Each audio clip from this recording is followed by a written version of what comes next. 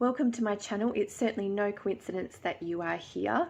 I have been called to read God's Word, the Bible, and I am currently in the first book of the Bible called Genesis. I am up to the last chapter today, chapter 50. If you have not read the previous chapters and you would like to catch up, then there are plenty of links in the description below.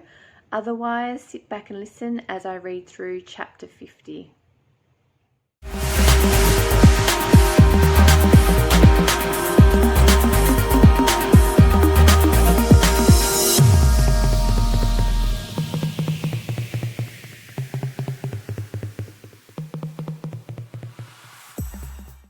The final chapter in the book of Genesis is entitled Jacob Dies and is Buried. I'm reading from the New King James Version. Then Joseph fell on his father's face and wept over him and kissed him. And Joseph commanded his servants, the physicians, to embalm his father. So the physicians embalmed Israel. 40 days were required for him, for such are the days required for those who are embalmed. And the Egyptians mourned for him 70 days. Now when the days of his mourning were past, Joseph spoke to the household of Pharaoh, saying, If now I have found favour in your eyes, please speak in the hearing of Pharaoh, saying, My father made me swear, saying, Behold, I am dying. In my grave which I dug for myself in the land of Canaan, there you shall bury me. Now therefore, please let me go up and bury my father, and I will come back. And Pharaoh said, Go up and bury your father, as he made you swear. So Joseph went up to bury his father, and with him went up all the servants of Pharaoh, the elders of his house, and all the elders of the land of Egypt, as well as all the house of Joseph, his brothers, and his father's house. Only their little ones, their flocks, and their herds they left in the land of Goshen. And there went up with him both chariots and horsemen, and it was a very great gathering. Then they came to the threshing floor of Atad, which is beyond the Jordan, and they mourned there with a great and very solemn lamentation. He observed 7 days of mourning for his father. And when the inhabitants of the land, the Canaanites, saw the mourning at the threshing floor of Atad, they said, This is a deep mourning of the Egyptians. Therefore its name was called Abel Mizraim, which is beyond the Jordan.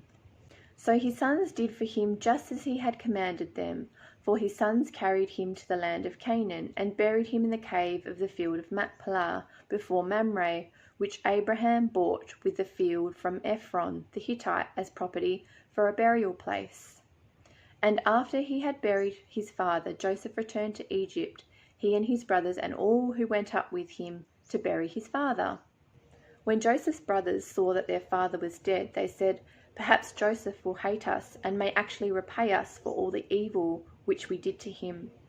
So they sent messengers to Joseph, saying, Before your father died, he commanded, saying, Thus you shall say to Joseph, I beg you, please forgive the trespass of your brothers and their sin, for they did evil to you.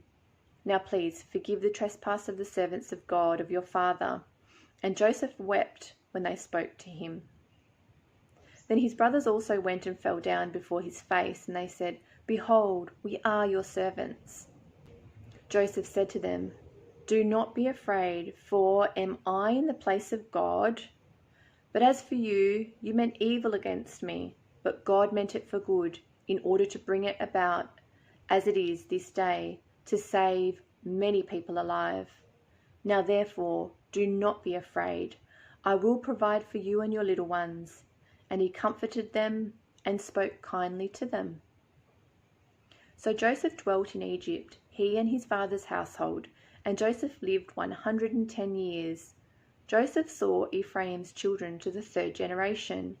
The children of Machir, the son of Manasseh, were also brought up on Joseph's knees.